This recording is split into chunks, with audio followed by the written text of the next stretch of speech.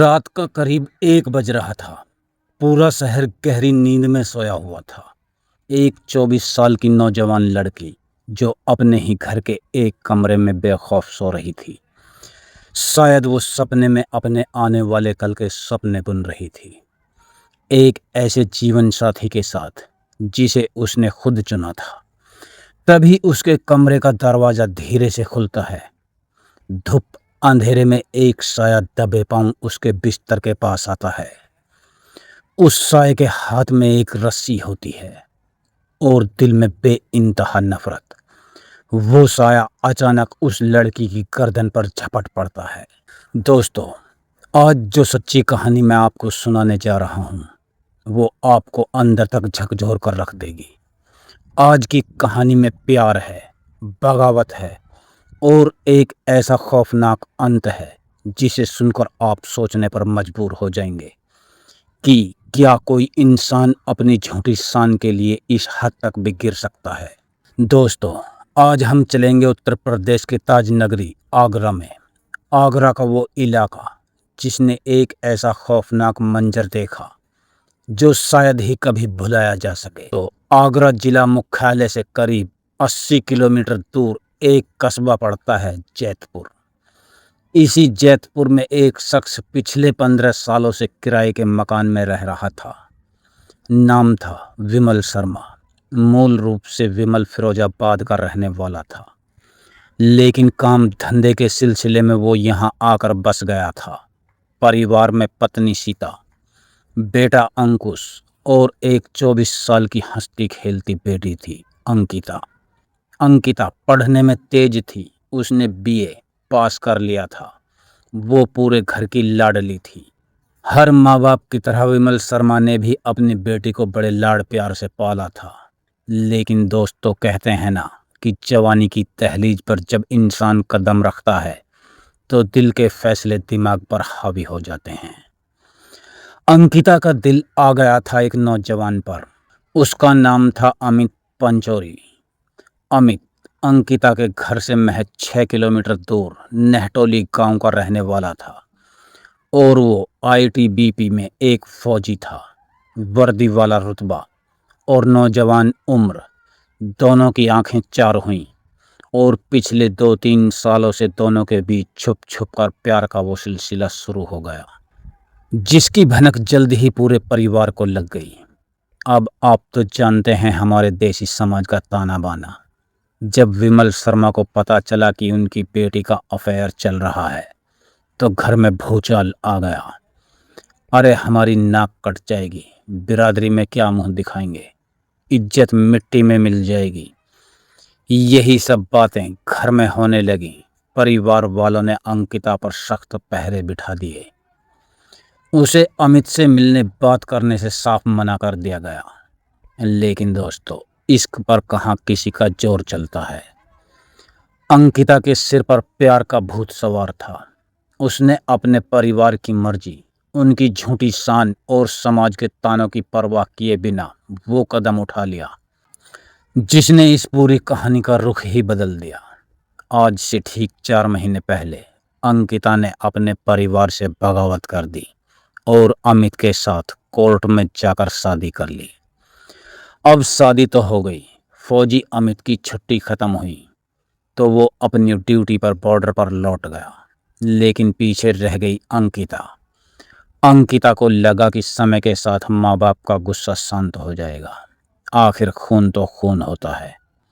यही सोचकर अंकिता शादी के बाद वापस अपने माता पिता के घर, उसी जैतपुर वाले मकान में रहने लगी। बाहर वालों के लिए सब कुछ सामान्य लग रहा था। अंकिता को भी लगा कि शायद उसके पिता ने इस शादी को आधे अधूरे मन से ही सही लेकिन कबूल कर लिया है। लेकिन वो गलत थी, बहुत गलत। विमल शर्मा के सीने में जो आग धधक रही थी उसका अंदाजा किसी को नहीं था। उसे अपनी बेटी में अब बेटी नहीं बल्कि वो कलंक नजर आ रहा था जिसने उसकी पगड़ी उछाल दी थी। वो हर रोज घुट रहा था, अपनी ही बेटी से खुन्नस खाए बैठा था। और फिर आया वो रविवार का दिन जो अंकिता की जिंदगी का आखिरी रविवार साबित होने वाला था। रात के 12:30 बज चुके थे। अंकिता अपने कमरे में बेफिक्र सो रही थी। उसे क्या पता था कि जिस पिता की उंगली पकड़कर उसने चलना सीखा था, आज वही हाथ उसकी जान लेने के लिए बढ़ रहे हैं। जी हाँ दोस्तों, वो साया जो रात के अंधेरे में अंकिता के कमरे में घुसा था, वो कोई चोर लुटेरा नहीं, बल्कि उसका अपना सगा पिता विमल शर्मा था। विमल के हाथ में एक रस्सी और एक चुनरी थी। वो हैवान बन चुका था। सोते हुए उसने अचानक अंकिता के गले में वो चुनरी कसी और उसका गला घोंटने लगा। अंकिता हड़बड़ाकर उठी। मौत को सामने देखकर उसने पूरी ताकत से हाथ पैर मारे। वो अपने ही पिता से अपनी जान की भीख मांगती रही, संघर्ष करती रही, लेकिन विमल पर खून सवार था। जब अंकिता छूटने की कोशिश करने लगी तो उस बेरहम पिता ने अपनी ही बेटी के चेहरे पर ताबड़तोड़ घूंसे बरसाने शुरू कर दिए। अंकिता का चेहरा लहूलुहान हो गया। उसकी वो दर्दनाक चीखें रात के उस सन्नाटे को चीरते हुए पड़ोसियों के कानों तक पहुंची। पड़ोस में रहने वाले अनुज कुमार और बाकी मोहल्ले वालों की नींद उन चीखों से टूट गई। उन्हें लगा कुछ अनर्थ हो रहा है। सब दौड़कर विमल शर्मा के दरवाजे पर पहुंचे। उन्होंने जोर जोर से दरवाजा पीटा, लेकिन अंदर से दरवाजा नहीं खुला, बल्कि घर की सारी लाइटें अचानक बंद कर दी गईं। कुछ पड़ोसियों ने देखा कि छत से कुछ लोग भाग रहे हैं। शक गहरा गया। बिना एक पल गवाए अनुज ने तुरंत डायल 112 पर पुलिस को फोन घुमा दिया। सायरन बजाती पुलिस जब मौके पर पहुंची और दरवाजा खुलवाया तो सामने खड़ा था विमल शर्मा। उसके चेहरे पर खौफ था, लेकिन कोई पछतावा नहीं। पुलिस उसे ऊपर वाले कमरे में ले गई। जब पुलिस ने उस कमरे का नजारा देखा तो उनके भी रोंगटे खड़े हो गए। फर्श पर खून से लथपथ अंकिता की लाश पड़ी थी और उसके गले में वो मौत वाली चुनरी अभी भी कसी हुई थी। पुलिस पूछताछ में जब विमल से सवाल हुए तो उसने सीना तान कर बिना किसी खौफ के कहा, हाँ, मैंने मारा है अपनी बेटी को। मुझे कोई पछतावा नहीं है। उसने मेरी नाक कटवा दी थी। पानी सिर के ऊपर हो गया था, इसलिए उसे मार डाला। आरोपी पिता को गिरफ्तार कर लिया गया है। लेकिन दोस्तों, सस्पेंस अभी खत्म नहीं हुआ है। जिस तरह से छत से लोग भागते दिखे और जो मौके के हालात थे, पुलिस को पक्का शक है कि इस ऑनर किलिंग में विमल शर्मा अकेला नहीं था। अंकिता की मां और घर के अन्य लोगों की भूमिका भी संदिग्ध है। पोस्टमार्टम रिपोर्ट और आगे की तफ्तीश ही बताएगी कि उस रात उस बंद कमरे में और कौन कौन मौजूद था।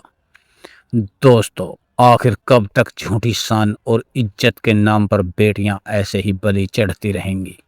क्या समाज और बिरादरी का डर अपनी ही औलाद की जान से बड़ा हो जाता है?